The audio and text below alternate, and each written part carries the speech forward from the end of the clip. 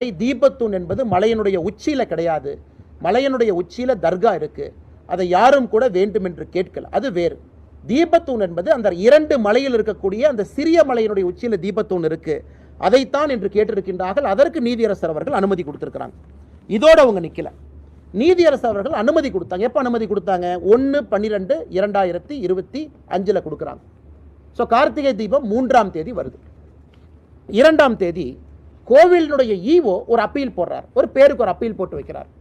இப்ப நியாயப்படி யாருக்காவது பிரச்சனை இருந்தால் தர்கா அவங்க அப்பீலுக்கு வந்திருக்கணும். இப்ப டிசம்பர் மாதம் 2ஆம் தேதி தர்கா அப்பீலுக்கு வர்றாங்கன்னா அது வேறு விஷயம். ஆனா கோவில் சொத்தை பாதுகாக்க வேண்டிய ஈவோ அப்பீல் பண்ண வேண்டிய அவசியம் என்ன?